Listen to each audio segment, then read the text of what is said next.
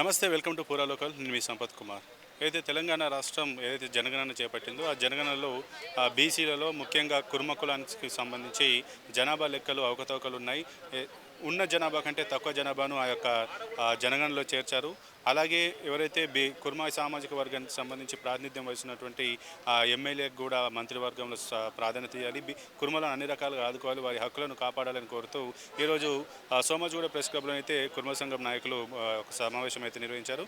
దాంతో మనకు ఈరోజు దానికి సంబంధించి మనతో మాట్లాడడానికి బీసీ సంఘం అధ్యక్షులు అడిగి మరిన్ని వివరాలు అయితే తెలుసుకునే ప్రయత్నం చేద్దాం. సార్ నమస్తే. సార్ నమస్తే, నేను గొరిగ మల్లేష్, తెలంగాణ రాష్ట్ర బీసీ ఈవెంట్ చైర్మన్, అదేవిధంగా కుర్మ సంఘం తెలంగాణ కుర్మ సంఘం రాష్ట్ర కార్యదర్శిగా ఉన్నాను. ముఖ్యంగా తెలంగాణ రాష్ట్రంలో జనాభా లెక్కలు తీస్తున్నప్పుడు, జనాభా లెక్కలతో పాటు కులగణన చేస్తున్నప్పుడు తెలంగాణ రాష్ట్రంలో అత్యంత జనాభాలో కుర్మలని తక్కువ చూపించడం అనేది విచారకరమైన విషయం. బీసీబీలో ఉన్నటువంటి కుర్మ కులానికి సంబంధించినటువంటి కుర్మలని కాదు 7,95,000 జనాభా లెక్కలు చూపించారు. తెలంగాణ రాష్ట్రంలో ఉమ్మడి 10 జిల్లాలు కానివ్వండి, ఉన్న 33 జిల్లాలు కానివ్వండి, ఏ జిల్లాకి వెళ్ళినా కుర్మలు లేని గ్రామం ఉండదు, గ్రామం లేని కుర్మలు ఉండరు. ప్రతి గ్రామంలో కుర్మలు ఉంటారు ఈ తెలంగాణ. ఎందుకంటే మీకు అందరూ కుర్మలు అంటే ఎవరు? గొర్రెలు కాసుకునే వాళ్ళు, గొర్రెలు పశుపోషణ చేసుకునే వాళ్ళు, పశుపోషణ గొర్రెల కాపర వృత్తిలో ఉండి వీళ్ళందరూ సమాజానికి అనేక సేవలు అందిస్తున్నటువంటి నీతి న్యాయం ధర్మంగా ఉన్నటువంటి కుర్మ కులం వాళ్ళు ఉన్నారు.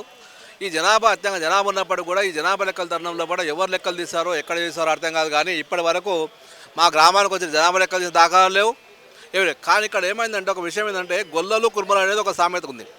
గొల్ల కుర్మ అనేది ఒకటే, గొల్ల కుర్మ అనేది నిజంగా ఒకటే, మేమంతా ఒకటే భావసారూప్యం, ఒకటే వేష భాష యాస సంస్కృతి, మా కల్చర్ కానీ అంతా ఒకటి సేమ్ ఉంటుంది. కానీ మేము గొల్ల కుర్మ అనేది ఒక నానుడి భాష, అది గొల్ల కుర్మ అన్నదమ్ములా ఉంటాం మేము. కానీ అన్నదమ్ముల భాగం మాత్రం సరైన భాగం అన్నప్పుడు సరిగా ఉండాలి.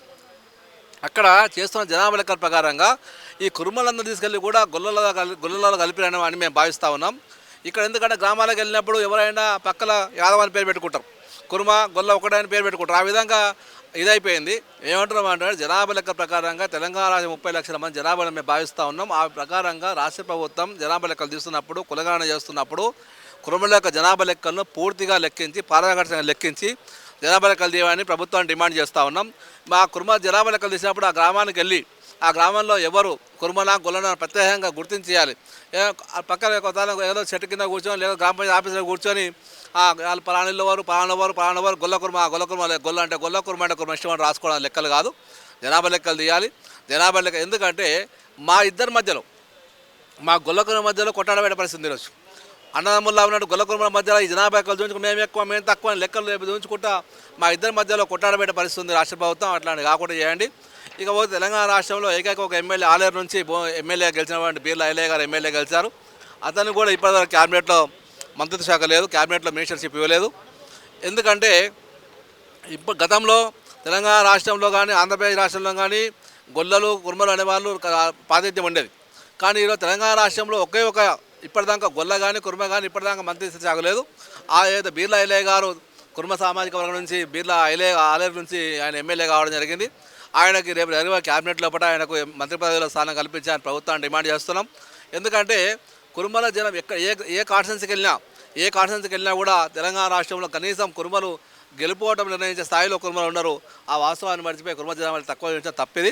అందుకే జనాభా లెక్కలు వెంటనే మరి తిరిగి జనాభా లెక్కలు చేయాలి, జనాభా లెక్కలు చేయించి ఇది చేయాలి. ఎందుకంటే యాదవుల జనాభా 20,18,000 చూపించారు, ఇక్కడ కేవలం 7 లక్షలు చూపించారు. అంటే వాళ్ళు ఉండొచ్చు, జనాభా కాదంటలేను, యాదవుల జనాభా ఉంటుండొచ్చు. కానీ ఈ లెక్కలు మాత్రం కుర్మల జనాభా తక్కువ అయింది కాబట్టి జనాభా లెక్కలు చూపించాలని ప్రభుత్వాన్ని డిమాండ్ చేస్తూ ఉన్నాం. అయితే ముఖ్యంగా ఈ కుర్మ కావచ్చు, యాదవ సామాజిక సంబంధించినటువంటి వ్యక్తులు ప్రజలు చాలా వరకు ఉన్నారు. మీ యొక్క జనాభా ప్రాతిపదికన మీకు రాజకీయంగా ఆ ప్రాధాన్యత లభిస్తుందా? మీకు ఈ సామాజిక వర్గంగా ఎన్నైతే ఓట్లు ఉన్నాయో ఆ ఓట్ల ప్రకారం మీకు అన్ని సీట్లు లభిస్తున్నాయా? నిజంగా చెప్పాలంటే కుర్మలు గొల్లలు కలిస్తే తెలంగాణలో టాపెస్ట్ కమ్యూనిటీ, టాపెస్ట్ పాపులేషన్. ఇప్పుడు యాదవులు బీసీలో టాప్ అని అంటారు, సారీ ముదిరాజులు టాప్ అంటారు కదా. ముదిరాజుల కన్నా కూడా గొల్ల కుర్మలు రెండు కలిస్తే అత్యంత జనాభా కులము వీళ్ళే. అయినప్పటికీ కూడా ఎక్కడ రాజకీయంగా ప్రాతినిధ్యం లభించట్లేదు. రాజకీయంగా ఎందుకంటే మీరు చూడండి 0.4 ఉన్న 4% పాపులేషన్ ఎంతమంది మంత్రులు క్యాబినెట్ మీరు చూస్తూ ఉన్నారు. మెజార్టీ పాపులేషన్ బీసీలకు ఎక్కడ ప్రాతినిధ్యం ఉంది? అందులో ఈ కుర్మ యాదవులకు ఎక్కడ ప్రాతినిధ్యం ఉంది? ప్రాతినిధ్యం లేదు. ఎక్కడ ఉన్న ఒక ఎమ్మెల్యే ప్రాతినిధ్యం లేదు.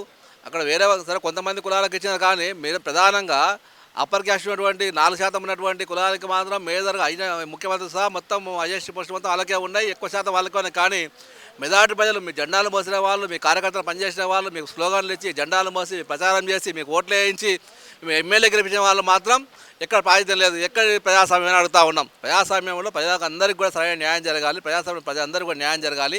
ఆ న్యాయం జరగాలి, ప్రజాస్వామ్యం విలువ ఉంటుంది. ఈ ప్రజాస్వామ్యం అనాలన్నా, ధనస్వామ్యం అనాలన్నా, రెడ్డి స్వామ్యం అనాలన్నా అర్థం కాని పరిస్థితి ఏర్పడింది ఈరోజు.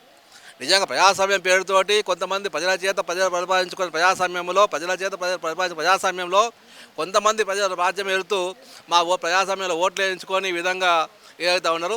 ముఖ్యమంత్రి గారు విజ్ఞప్తి చేస్తూ ఉన్నాం, మీరు కొడంగల్లో ఎమ్మెల్యే అయ్యారు, ప్రజాస్వామ్యం ఇది. కొడంగల్లో ఎమ్మెల్యే అయినప్పుడు మా కుర్మలు కానీ, మా గుల్లలు కానీ, ముదిరాజులు కానీ, లేకపోతే అక్కడ రజకలు కానీ, నాయ బ్రాహ్మణులు కానీ, లేకపోతే మిగతా వాల్మీకులు కానీ అన్ని కులాల వాళ్ళు లైన్ కట్టి అక్కడ లైన్ కట్టి ఎండలో నిల్చొని నీకు ఓటేస్తే ఎమ్మెల్యే ముఖ్యమైన వాస్తవాన్ని గుర్తెరగాలి. అటువంటి కులాలకు మీరు అన్యాయం చేస్తే తగదు విషయం. అందుకే మా యొక్క కులానికి సంబంధించిన జనాభా ప్రకారంగా ప్రాతినిధ్యం కల్పించాలి. మీరు ప్రాతినిధ్యం కల్పించాలంటే రేపు రాబోయే ఇంకా ఏదే మన క్యాబినెట్ లోపల మా ఒకే ఎమ్మెల్యే బీర్ల అయ్యయ్య గారికి మంత్రి పదవి ఇస్తే నిజంగా కూడా సామాజికంగా న్యాయం చేసినట్టు భావిస్తాం.